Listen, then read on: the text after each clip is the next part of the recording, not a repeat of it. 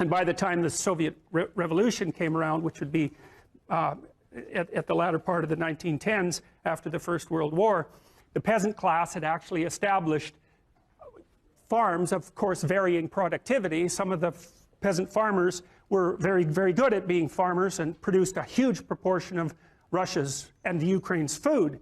Because one of the things, we'll talk about this later as the class progresses, one of the things that you'll find if you look at creative production in any domain, it doesn't matter, artistic domain, food production, novels written, novels sold, money generated, number of companies generated, number of goals scored in hockey, etc.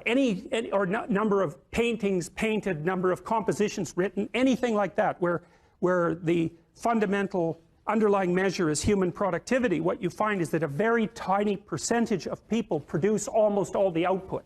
It's called a Pareto distribution, P-A-R-E-T-O, and it was studied in detail in scientific productivity by someone named de Sola Price. It's a square root law, so here's the law fundamentally. If you look at the number of people who are in a given domain, who are producing in a given domain, the square root of the people produce half the product. So that means if you have 10 employees, 3 of them do half the work, but if you have 10,000 employees, 100 of them do half the work.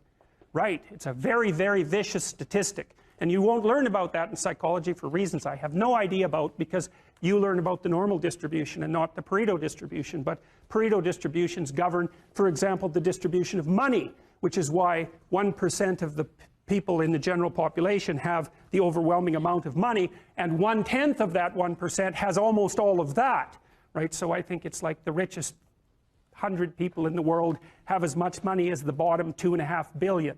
And you think, well, that's a terrible thing, and perhaps it is, but what you have to understand is that that law governs the distribution of creative production across all creative domains, right? It's something like a natural law, and we'll talk about that more, but imagine what happens when you play Monopoly. You've all played Monopoly. What happens when you play Monopoly? One person ends up with all the money, all right? Then you play another game of Monopoly. What happens? One person ends up with all the money. It's actually the inevitable consequence of multiple trades that are conducted randomly. So if you take 1,000 people and you get them to play a trading game, you each give them $100, say, or $10, and they have to trade with another person by flipping a coin.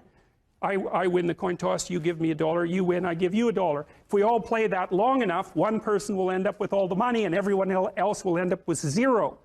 So it's a deeply built feature of systems of creative production, and no one really knows what to do about it, because of course the danger is that all the resources get funneled to a tiny minority of people at the top, and a huge section of the population stacks up at 0.